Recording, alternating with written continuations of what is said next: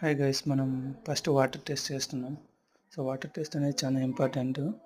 So water test చేసిన తర్వాత egg అనేది మొత్తం క్లీన్ చేసుకోవాలి. అంటే వెట్ లేకుండా. చూడు, నేను వాటర్ టెస్ట్ చేసిన తర్వాత ఇన్ని ఎగ్స్ నా దగ్గర వేస్ట్ అయిపోయాయి, ఇన్ని మాత్రమే మిగిలాయి. సో కొన్ని అనేది కోడి దగ్గరే ఉన్నాయి, అవి కూడా తీసుకొని వచ్చి పెట్టాను.